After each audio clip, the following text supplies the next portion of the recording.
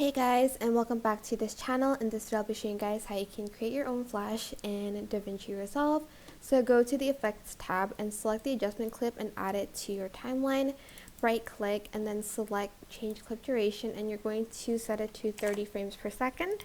Then you are going to go to the fusion bit, press control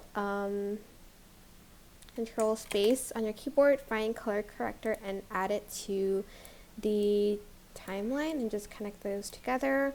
And then you're going to go to like the last I guess you could say the last frame, and then you're going to add in a keyframe.